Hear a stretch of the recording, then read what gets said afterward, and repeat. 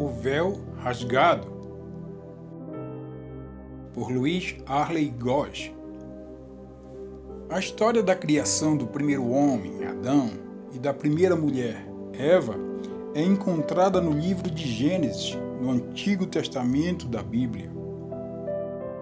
A passagem bíblica descreve como Deus criou Adão do pó da terra e, em seguida, criou Eva a partir da costela de Adão, dando-lhes vida e colocando-os no jardim do Éden. O ser humano foi criado à imagem e semelhança de Deus, e este é um tema central nesta narrativa. Deus concedeu ao homem o livre-arbítrio, que é a capacidade de fazer escolhas e tomar decisões por vontade própria. No livro de Gênesis, na Bíblia, é relatado que Deus criou Adão e Eva à sua própria imagem e deu o comando de não comer do fruto da árvore do conhecimento do bem e do mal no jardim do Éden. Ao dar-lhes essa instrução, Deus permitiu que eles escolhessem obedecer ou desobedecer. O respeito pela liberdade de escolha humana e a importância da obediência voluntária à vontade de Deus são fundamentos centrais do cristianismo. Isso implica que, embora Deus tenha um plano ou vontade para a humanidade, Ele permite que os seres humanos exerçam sua liberdade de escolha e decidam seguir ou não esse plano. E ordenou o Senhor Deus ao homem, dizendo: de toda a árvore do jardim comerás livremente, mas da árvore da ciência do bem e do mal, dela não comerás, porque no dia em que dela comeres, certamente morrerás. Gênesis, capítulo 2, versículos 16 e 17. Nesses versículos, Deus dá a Adão uma instrução específica. Ele é livre para comer de todas as árvores no jardim, exceto da árvore da ciência do bem e do mal. Deus adverte que, no dia em que Adão comer o fruto dessa árvore proibida, ele certamente morrerá. Estes versículos destacam o conceito de livre-arbítrio e a responsabilidade do homem diante de Deus. Deus dá ao homem a liberdade de escolher, mas também estabelece limites claros. O mandamento de Deus representa um teste da resignação e da confiança do homem. A desobediência a essa instrução tem consequências sérias, sinalizando não apenas para a morte física, mas também a separação espiritual de Deus. Essa passagem é de fundamental importância na compreensão da queda do homem. A desobediência de Adão e Eva à ordem de Deus leva ao pecado original, resultando em consequências para toda a humanidade.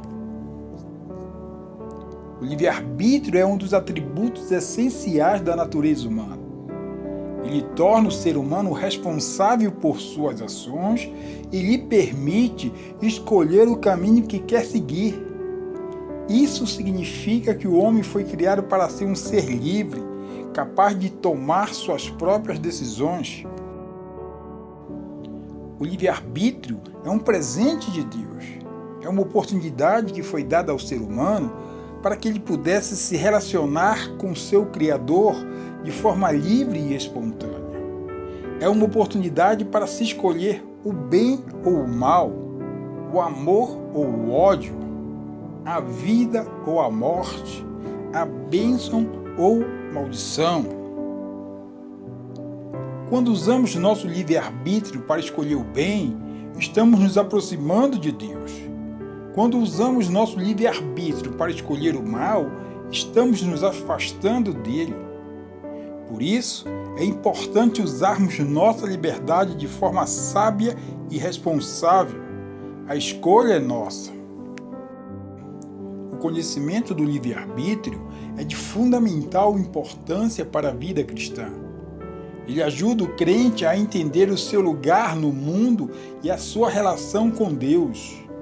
É por meio dele que podemos aceitar o amor de Deus e nos tornarmos seus filhos. Deus tem a sua vontade, mas Ele nunca irá privar o homem de sua liberdade de escolha. Ele respeita a nossa liberdade e nos dá a oportunidade de exercer nossas escolhas. A Bíblia afirma que aquilo que o homem semear, isso também se fará. Isso significa que as nossas escolhas têm consequências. Se escolhermos o bem, colheremos o bem. Se escolhermos o mal, colheremos o mal. Porque tudo o que o homem semear, isso também se fará. Gálatas, capítulo 6, versículo 7, parte B. Essa lei da semeadura e da colheita é uma lei espiritual. Ela se aplica a todos os seres humanos, independentemente de sua religião ou crença. Por se tratar de uma lei espiritual, então temos que, se escolhermos viver de acordo com nossa natureza humana, que é pecaminosa, colheremos a morte. A morte, neste contexto, não significa apenas a morte física, mas também a morte espiritual, que é a separação de Deus. A pessoa que tem sua mente dirigida pela sua natureza humana é inclinada ao mal, isto é, se torna inimiga de Deus. A Bíblia afirma que a lei de Deus é santa, justa e boa. Assim, a lei é santa e o mandamento santo, justo e bom. Romanos, capítulo 7, versículo 12. A natureza humana é incapaz de obedecer a essa lei. Isso porque ela é egoísta, orgulhosa e gananciosa. Ela está sempre buscando satisfazer seus próprios desejos, mesmo que isso signifique fazer o mal. Por isso, a pessoa que tem a mente controlada pela sua natureza humana acaba vivendo em rebelião contra Deus, sendo sujeita à sua ira. Por outro lado, se a pessoa escolher viver de acordo com o Espírito de Deus, colherá a vida eterna, pois o Espírito de Deus é o Espírito do amor, da paz e da justiça. Ele ajudará a pessoa a viver de acordo com a vontade de Deus, que é o melhor para ela. Para que Deus possa realizar algo em nós e através de nós, é necessário que cooperemos com Ele. Isso significa que devemos estar dispostos a abrir mão do controle da nossa natureza humana e permitir que, através da natureza do seu Espírito, Ele, Deus, possa operar em nossas vidas. Quando cedemos o nosso livre-arbítrio a Deus, estamos crucificando nossa natureza humana na mesma cruz de Cristo, e isto significa o negue-se a si mesmo anunciado por Jesus. É o mesmo que dizer a Ele que confiamos nele e que queremos que Ele seja o Senhor de nossas vidas. A partir de então, Deus poderá começar a realizar seu trabalho em nós. Ele pode nos transformar e nos moldar de acordo com sua imagem e semelhança. Ceder o livre-arbítrio a Deus não significa que estamos perdendo o controle de nossas vidas. Significa que estamos colocando nossas vidas nas mãos de Deus, confiando que Ele fará o melhor para nós. Portanto, é um ato de fé e de confiança. Qualquer ação de Deus terá que ser sempre respaldada por uma atitude do homem. Isso porque Deus respeita o livre-arbítrio do homem e não pode forçar o homem a fazer nada que ele não queira fazer. Seja qual for a ação de Deus, ela terá que ser precedida por uma atitude do homem que esteja aberta a essa ação. Por exemplo, Deus não pode salvar um homem que não queira ser salvo. Deus não pode curar um homem que não queira ser curado. O homem tem que tomar a decisão de se abrir a Deus e à sua ação, não significando que o homem é o responsável pelas ações de Deus. Deus é o soberano e ele pode fazer o que quiser. Todo cristão precisa compreender que a soberania da sua vontade pertence a ele mesmo.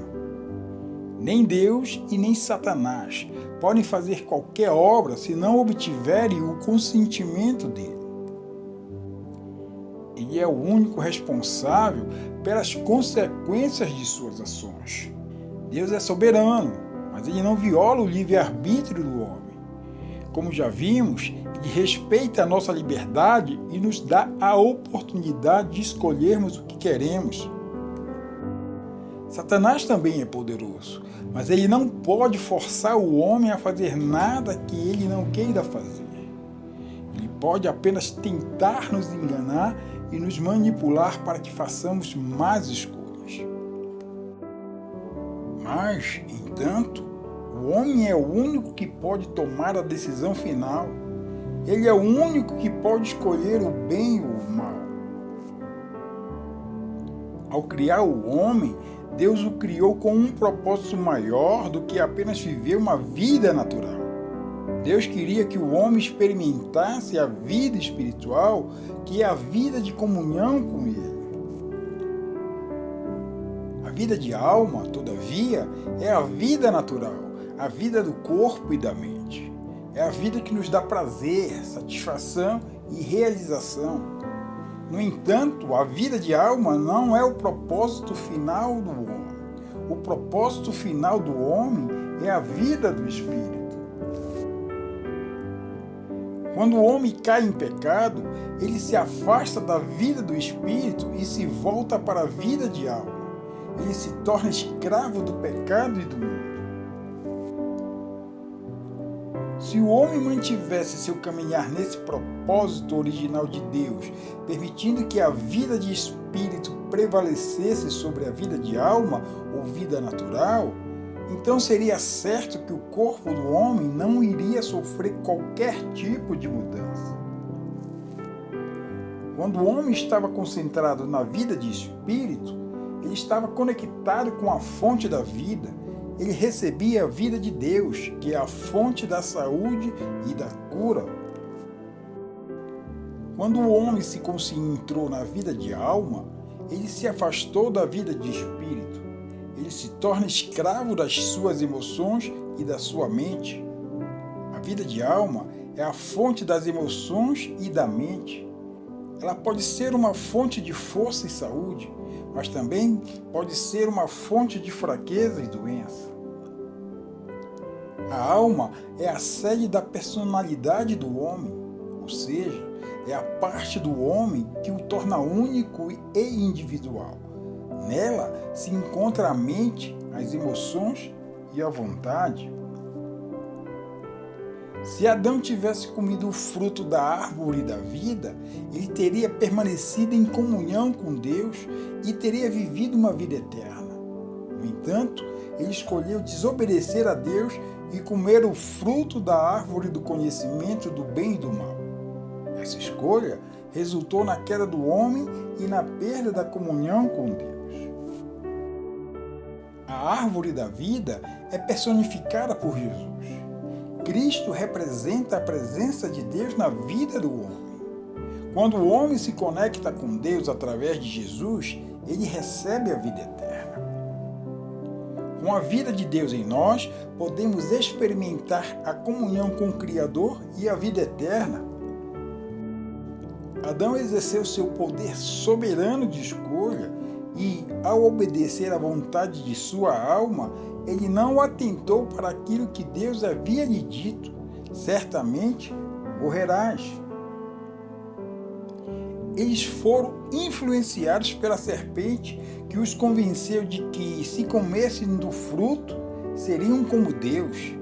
A serpente disse a Eva que, se ela comesse do fruto, seria capaz de discernir o bem do mal e seria como Deus. A tentação deles foi pela promessa de conhecimento e poder. Eles quiseram ser como Deus e, por isso, escolheram desobedecer ao Criador. Essa escolha teve consequências profundas para toda a humanidade. O pecado se espalhou por toda a terra e trouxe consigo sofrimento, dor e morte. Adão e Eva foram expulsos do jardim do Éden e condenados à morte física e espiritual. Eles também foram condenados a viver com o pecado em seus corações.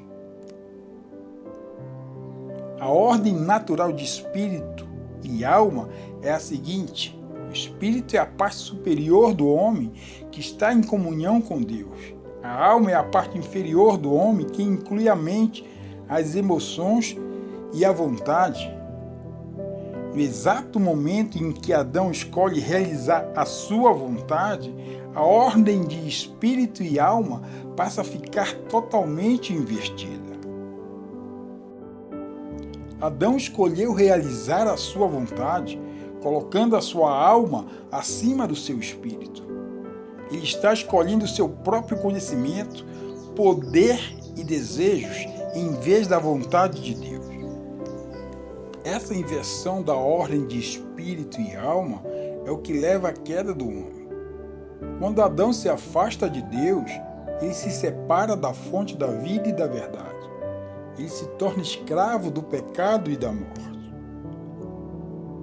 Algumas reflexões sobre essa inversão da ordem de espírito e alma. É uma escolha. Adão não foi forçado a desobedecer a Deus. Ele escolheu fazer a sua própria vontade. Tem consequências profundas. A queda do homem trouxe consigo sofrimento, dor e morte. Pode ser revertida. Através da fé em Jesus Cristo, podemos ser perdoados de nossos pecados e restaurados à comunhão com Deus. A partir do momento em que Adão escolheu desobedecer a Deus, a humanidade precipitou-se em trevas. Precipitar-se em trevas é não ter a presença de Deus. Adão, ao se afastar de Deus, se afasta da fonte da luz e da verdade, se tornando, assim, escravo do pecado e da morte. A morte que Deus havia anunciado para Adão acontece nesse instante e foi a morte espiritual. A morte espiritual é a separação de Deus. Ao se afastar de Deus, ele se tornou espiritualmente morto. Algumas reflexões sobre as trevas e a morte espiritual. São consequências da queda do homem. Adão e Eva trouxeram o pecado para o mundo e com isso trouxeram também as trevas e a morte espiritual. Afeta toda a humanidade. Todos os seres humanos são descendentes de Adão e Eva e, portanto, todos carregamos o pecado e a morte espiritual. Podem ser vencidas. Através da fé em Jesus Cristo, podemos ser libertos do pecado e da morte espiritual. A afirmação: a partir de então, a humanidade precipitou-se em trevas e a morte anunciada por Deus para Adão aconteceu e foi a morte espiritual, é uma afirmação precisa e significativa. Ela resume bem as consequências da queda do homem. Além de causar a ausência de Deus, a queda do homem também teve consequências físicas. O corpo do homem passou a ser corruptível e sujeito à morte. Algumas reflexões sobre as consequências da queda do homem para o espírito e o corpo do homem. Espiritualmente, o homem ficou morto para as coisas espirituais. Ele perdeu a capacidade de se relacionar com Deus de forma plena e experimentar a presença de Deus. Fisicamente, o corpo do homem passou a ser corruptível e sujeito à morte. O homem perdeu a imortalidade e passou a ser mortal. Essas consequências são hereditárias. Todos os seres humanos são descendentes de Adão e Eva e, portanto, todos carregamos o pecado e suas consequências. Jesus O nosso último Adão é o Espírito que dá vida. Ele é o único que pode nos libertar do pecado e da morte e nos trazer de volta à presença de Deus e restaurando a nossa comunhão com o Pai. O primeiro Adão trouxe o pecado e a morte para o mundo. Ele desobedeceu a Deus e se afastou da comunhão com Ele. Como resultado, todos os seres humanos são descendentes de Adão e carregam o pecado e a morte espiritual. As Escrituras nos dizem: o primeiro homem, Adão, se tornou ser vivo, mas o último Adão é espírito que dá vida. 1 Coríntios, capítulo 15, versículo 45. Neste versículo, o apóstolo Paulo compara Adão e Cristo. Adão é o primeiro homem, criado por Deus. Ele foi feito à imagem e semelhança de Deus e era perfeito. No entanto, Adão pecou e esse pecado trouxe a morte para o mundo. Cristo é o último Adão. Ele é o Filho de Deus e veio ao mundo para salvar a humanidade do pecado e da morte. Ele viveu uma vida perfeita e sem pecado e morreu na cruz para pagar o preço pelos nossos pecados. Ele ressuscitou dos mortos, vencendo a morte e nos garantindo a vida eterna.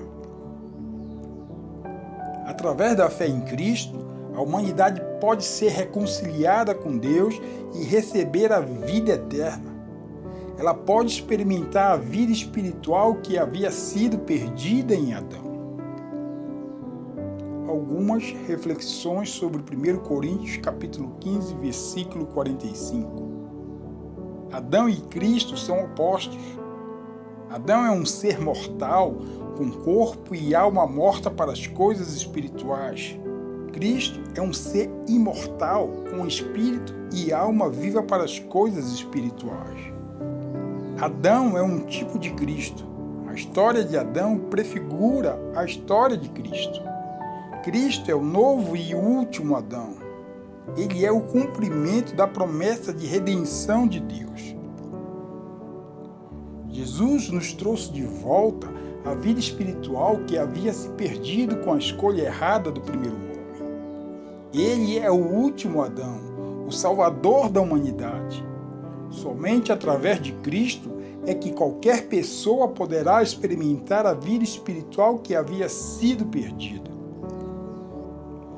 O véu que nos separava de Deus já foi rasgado de cima a baixo. Isso significa que, através de Jesus, temos acesso direto a Deus. E o véu do templo rasgou-se em dois, de cima até embaixo. Marcos, capítulo 15, versículo 38. Este versículo é um dos mais significativos da Bíblia. Ele aponta para um momento em que a salvação se tornou acessível a todos os seres humanos. O véu do templo era um símbolo da separação entre Deus e os homens. Ele separava o Santo dos Santos, onde estava a presença de Deus, do resto do templo. Só os sacerdotes podiam entrar no Santo dos Santos, e isso apenas uma vez por ano, no dia da expiação. O fato de o véu ter se rasgado em dois, de cima até embaixo, significa que a separação entre Deus e os homens foi abolida. Jesus Cristo, o Filho de Deus, morreu na cruz para pagar pelos pecados de todos os homens. Com sua morte, ele abriu o caminho para que todos os homens pudessem ter acesso direto a Deus. A separação entre o homem e Deus, causada pelo pecado, era um abismo que o homem não podia transpor por seus próprios meios. Nenhuma de suas aptidões, por mais boas que fossem, seria suficiente para lhe dar acesso à presença de Deus. O pecado é uma ofensa a Deus, e ele cria uma barreira entre o homem e Deus. Essa barreira é tão grande que nenhuma ação humana pode superá-la. O homem jamais poderia ser salvo por seus próprios méritos, pois o pecado o tornou impuro e indigno de estar na presença de Deus. Portanto, a justiça própria humana é insuficiente para salvar ao próprio homem.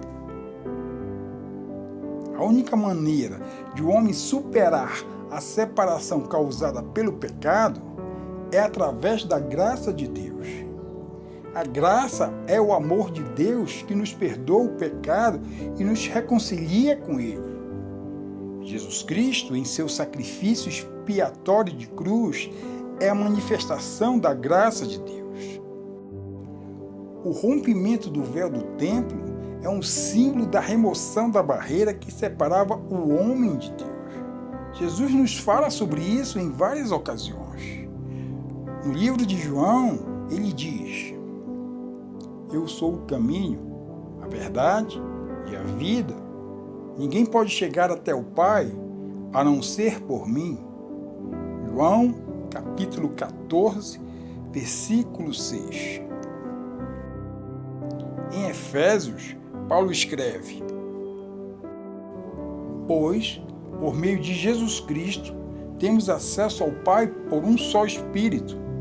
Assim, já não somos mais estrangeiros e forasteiros, mas concidadãos dos santos e membros da família de Deus. Efésios, capítulo 2, versículos 18 e 19. Nesta passagem, Paulo está enfatizando que, através de Jesus Cristo, temos acesso direto a Deus. Não somos mais estrangeiros ou forasteiros, visitantes, mas somos membros da família de Deus. A obra redentora de Cristo, com sua morte na cruz, proveu a solução definitiva para pôr fim à separação entre o homem e Deus. Jesus pagou o preço pelo pecado de todos os homens, satisfazendo, assim, a justiça de Deus. No livro de Hebreus, o autor usa o véu do templo rasgado como um símbolo da morte de Jesus Cristo. Ele escreve: Tendo, pois, irmãos, ousadia para entrar no santuário, pelo sangue de Jesus, pelo novo e vivo caminho que Ele nos consagrou, pelo véu, isto é, pela sua carne. Hebreus, capítulo 10, versículos 19 e 20. Há uma simbologia entre o véu do templo que se rasgou e o corpo de Cristo pendurado na cruz do Calvário. Assim como o véu do templo foi rasgado, liberando acesso ao Santo dos Santos, o corpo de Cristo também foi rasgado, permitindo que, através do seu sangue, o acesso à presença de Deus se tornasse possível. Agora, aqueles que se relacionam pela fé na cruz de Cristo passam a ser anistiados, absolvidos e, assim, movem-se em aproximação a Deus. Através de Jesus Cristo, todos podem se achegar com fé ao trono da graça. O trono da graça é o lugar onde Deus habita e onde podemos experimentar sua presença. Por isso, tenhamos confiança e cheguemos perto do trono divino, onde está a graça de Deus. Ali receberemos misericórdia e encontraremos graça sempre que precisarmos de ajuda. Hebreus, capítulo 4, versículo 16. O véu do templo se rasgou exatamente na hora em que Jesus Cristo bradou: Está consumado, e depois morreu. Pense nisso. Jesus te ama.